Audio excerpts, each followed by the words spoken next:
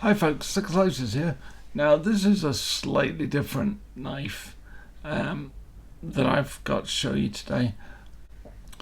Back in, I think it was around about 2010 or maybe a little before that, there were, as there remain, a number of manufacturers of knives in Seki City in Japan who make knives mostly for other people under other brands. There are one or two that have gained some ground in their own right, most notably, I suppose, Moki and Kusta, who are known for making knives themselves. But even in those cases, Moki makes knives for example, Folkneven. Under the Folkneven brand, there is no note on those that they even come from Japan, let alone that they're made by Moki. But there are lots of other manufacturers in Seki City who just make knives mostly for other brands. So there was an attempt by a number of them to get together and form a marketing company called Seki Cut. Now, it's a similar sort of idea to MKM in Maniago in Italy, Maniago knife makers, which is an umbrella brand of I think it's Fox and Makita and Viper and one or two others. How successful that is, I don't know. It's been useful for Makita because they made a number of knives under the MKM brand, which perhaps wouldn't necessarily have seen the same level of promotion. So this one is made by a guy called Lumm. I know nothing really about him other than that he's a Seki knife maker. So I believe this one was in 2010 or certainly thereabouts. They made this particular knife. I tell that from the number, model SC 10/5. I think 10 was the year. So it just says there Seki Cut, made in Seki Japan, and that's the only labelling on the box other than Seki Cut on the front, I think. Nothing on the bottom. So it's a nice little cardboard box, nothing special, but probably better than a lot of the manufacturers at the time had simpler flap-ended plain boxes. Even Kershaw in those days out of Japan, I think, just had white boxes. So this is said knife. Let's get that out of there. Get the box out of the way. We don't need that anymore. Now this is it's a medium sort of size knife. Certainly not huge, but we're talking about 105 millimeters. So not small but not large. It's in G10, and unlike a lot of the knives coming out of Seki City, certainly then, this one is of a screwed together construction, which, as I say, is slightly unusual. I mean, it's not unique, but it's slightly unusual. Screws, of course, in this case are Phillips screws, which I think just goes to show its age. Now it has a single thumb stud.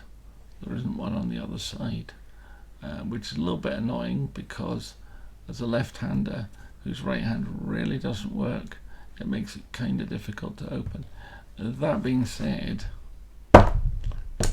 it's a relatively light action, so it's a liner lock rather than a back lock, so that makes it a little bit easier to open.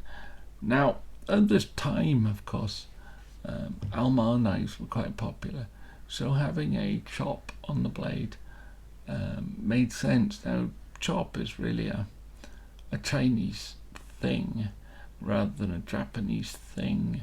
The Japanese tend to carve a mei, or a signature, on their sword blades, on the tang of their sword blades anyway, and they usually put the date that it was made, some little entreaty that goes with it. It'll say something like made on a beautiful day in October, whenever. It'll say something like that on the blade, and it'll have the name of the maker. So to have a Chinese type chalk is, I wonder if it's just an attempt to ride on the coattails of Alma. It's obviously not encroaching on any trademark, because that's not his chop or even anything similar to it. The blade design is quite nice in that it's a hollow grind. It's suppose you'd call it a saber grind with a swedge. I don't know if you call it a drop point or a clip point. It's probably a clip point, really. And in some ways has a lot in common with the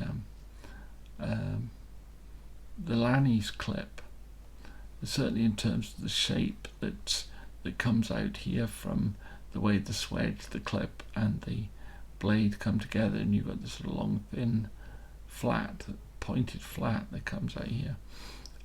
It's different to Tony Bose's Lanny's clip, in that this part, this flat here, would probably be longer, and then you'd have a nail nick or something in there, and this plunge line would have more of a curve to the top. But it is actually quite reminiscent of the Lanny's clip. As I say, a single thumb stud, quite a long thumb stud. You've got the G10 handles. The handle shape is fairly traditional. As I said before, it's a liner lock, and it's got steel liners to go with those G10 grips. Where it kind of loses any aesthetic appeal altogether is in the clip. Now, I'm not a big fan of clips, but I think there was a time, and this was in that time, where clips were becoming de rigueur. The original clip, I think, was on some of the early Spyderco knives, at which time it was moulded into the handle, and it probably made even this look attractive. But unfortunately, this clip is pretty awful. One thing is tip up only, is right hand only, but it's just crude and ugly. I think it's quite effective. It works quite well, assuming that you want to tip up carry.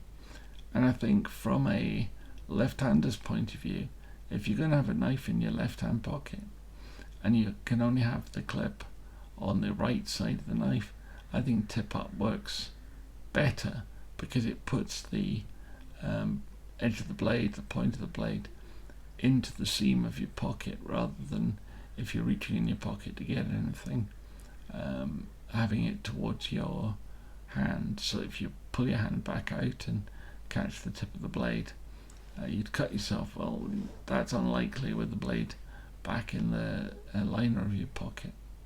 The thing I forgot to say about the blade is it's made of D2. So it says on here, D2 Japan. And I think you could reverse the stud. You could probably unscrew it, and you might be able to put it the other way around. I don't know. Maybe not, because that screw's kind of sunk. You certainly can't do anything with the clip. There are no holes to transfer it across.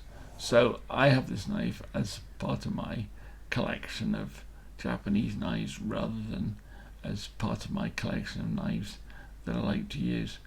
It's a shame really, because actually I quite like the blade shape. I think it's quite a good, useful blade.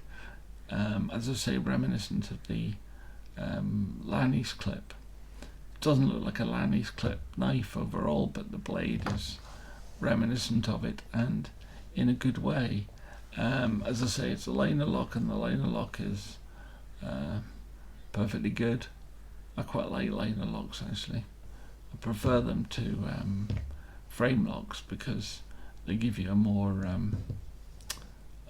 uniform handle to hold on to.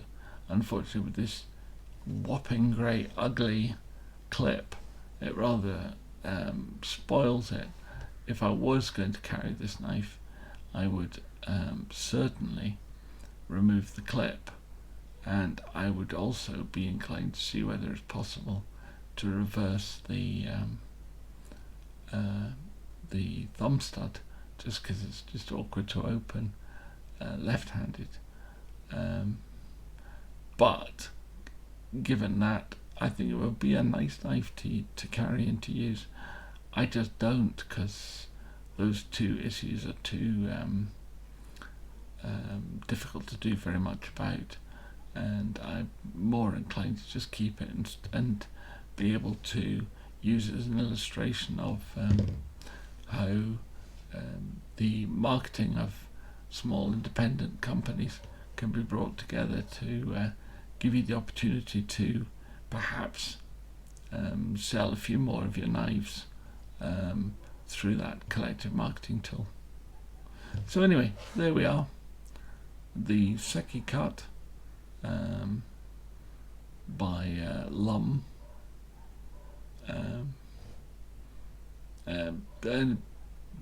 1005. It doesn't seem to have a name other than that. But nonetheless, it's a nice enough knife, and it's good to have in the collection. But I wouldn't necessarily be rushing out to try and find one in the market. Just be happy that you've seen one. So there we are. Thank you all for watching. Hopefully we'll see you all again soon. And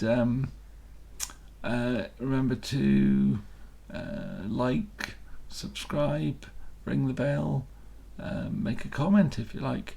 Tell me how miserable I'm sounding. I know my voice is really not good at the moment. But if I continue waiting till all the stars align properly before I make a video, you'll never see a video from me, because the stars are refusing to align. Anyway, there we go. Thank you very much. See you all again soon. Bye.